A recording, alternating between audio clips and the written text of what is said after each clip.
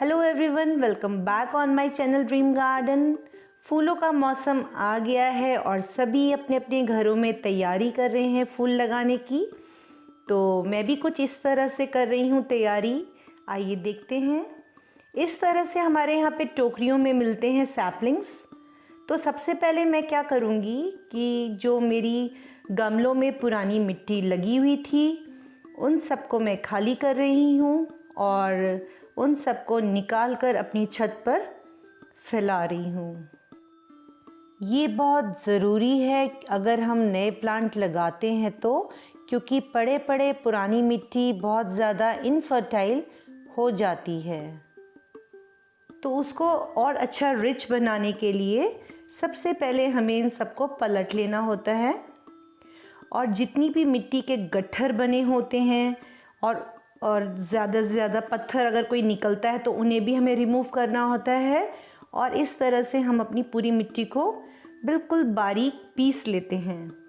इससे जो धूप है और जो हवा है वो पूरी मिट्टी में लग जाती है और मिट्टी जो है बहुत ही ज़्यादा, जिसे कह सकते हैं आप, उसे एक नई लाइफ मिल जाती है।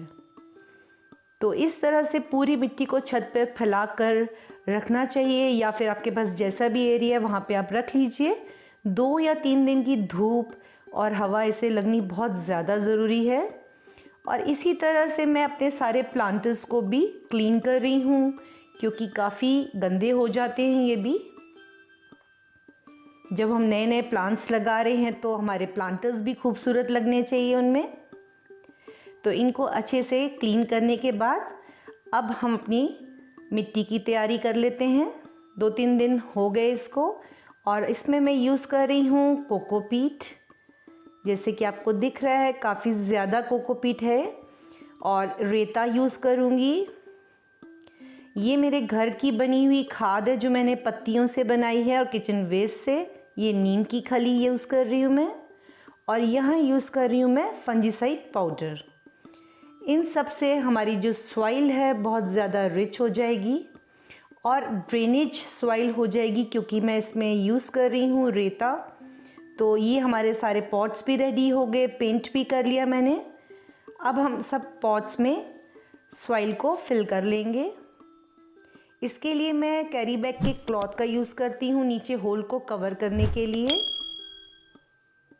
और अब हमने सारे पॉट्स को भर लिया है और इस पे मैंने पानी से इनको भरकर मिट्टी की एक लेयर बना दी है, ताकि मुझे आइडिया हो जाए कि मिट्टी कम या ज़्यादा तो नहीं है। और अब हम इसमें अपनी टोकरी के साथ ही प्लांट को लगा देंगे। जो ये टोकरियाँ होती हैं इनके चारों तरफ रूटिंग होती है, तो ये टोकरी रिमूव बिल्कुल भी नहीं करते हम, और इसको इसके साथ ही बिल्कुल लेवल पर लाकर लगा देते हैं, ताकि जो इसकी जड़ें हैं वो बिल्कुल भी बाहर ना रह जाएं। तो यही एक टिप है कि आप प्लांट को लगाने से पहले सॉइल को थोड़ा सा वेट कर लीजिए, ताकि आपको आइडिया हो जाए कि सॉइल कितनी ज़्यादा है या कम है। अदरवाइज़ बाद में जब मिट्टी बैठ जाती है तो जड़ें बाहर रह जाती हैं। ये देखिए मेरे सारे प्लांट्स मैंने लगा दिए हैं और सबकी जो रूट्स हैं वो सब कवर कर ली हैं। ये बहुत ज़रूरी होता है, क्योंकि ज़्यादा टोकरियाँ छोटी होती हैं तो उसमें प्लांट बहुत जल्दी मर जाता है अगर इसकी हम रूट्स को कवर नहीं करते हैं। तो इन प्लांट्स को लगाना और केयर करना बहुत ही टफ होता है। इसमें कभी भी नमी की कमी नहीं रहनी चाहिए, अदरवाइज से बहुत जल्दी मर जाते हैं। तो होप करती हूँ वीडियो वैल्यूएबल लगी होगी। अगर आपको पसंद आई है तो प्लीज़ मुझे शेयर ज़रूर कीजिएगा अपने कमेंट्स। Bye bye.